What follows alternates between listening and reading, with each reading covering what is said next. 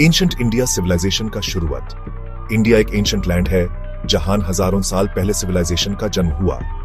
Indus valley civilisation जो आज के पाकिस्तान में थी, इंडिया की पहली नॉन अर्बन सिविलाइजेशन थी। यहाँ के लोग ब्रिक्स के हाउसेस बनाते थे, फार्मिंग करते थे और बिजनेस करते थे। इसके बाद वैदिक पीरियड आया जिसका नाम वेदास के नाम पर पड़ा। वेदास एंशंट बुक्स हैं जो उस टाइम के लाइफ और फिलॉसफी को शो करते हैं। इस टाइम में हिंदुइज्म की नींव पाड़ी।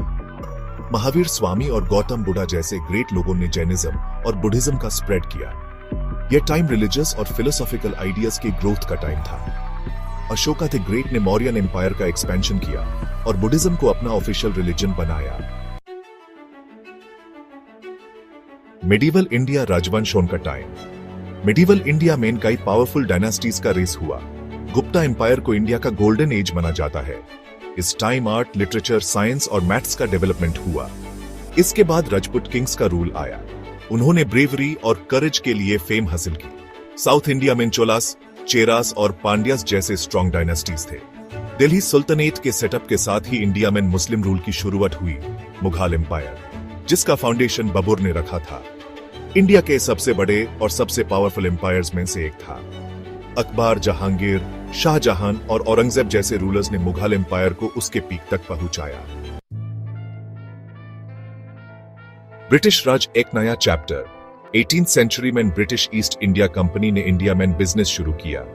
धीरे धीरे उन्होंने अपना पॉलिटिकल इन्फ्लुएंस बढ़ाया और 1857 के रिवोल्ट के बाद इंडिया पर कंप्लीटली कब्जा कर लिया। ब्रिटिश रूल की ड्यूरिंग इंडिया में कई चेंजेस हुए। रेलवेज, पोस्टल सर्विस और एजुकेशन सिस्टम की शुरुआत हुई।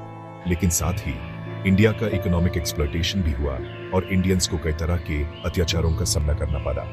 महात्मा गांधी के लीडरशिप में इंडियन फ्रीडम स्ट्रगल ने मोमेंटम पकड़ा। गांधी जी ने नॉन वायलेंस और सत्याग्रह के थ्रू ब्रिटिश रूल को चैलेंज किया। मॉडर्न इंडिया, आजादी और progress. The 15th of August 1947 को इंडिया को फ्रीडम मिली। जवाहरलाल नेहरू इंडिया के पहले प्राइम मिनिस्टर बने। उन्होंने देश के डेवलपमेंट के लिए कई इंपॉर्टेंट स्टेप्स उठाए। आजादी के बाद से इंडिया ने साइंस, टेक्नोलॉजी, एग्रीकल्चर और अदर एरियाज में रिमार्केबल प्रोग्रेस की है। इंडिया दुनिया का सबसे बड़ा डेमोक्रेसी है और फास्ट ग्रोइंग इकोनॉमी वाला देश है। ह्यूमन अपने रिच हिस्ट्री और हेरिटेज पर प्राउड है। हम एक ब्राइट फ्यूचर के लिए ऑप्टिमिस्टिक हैं।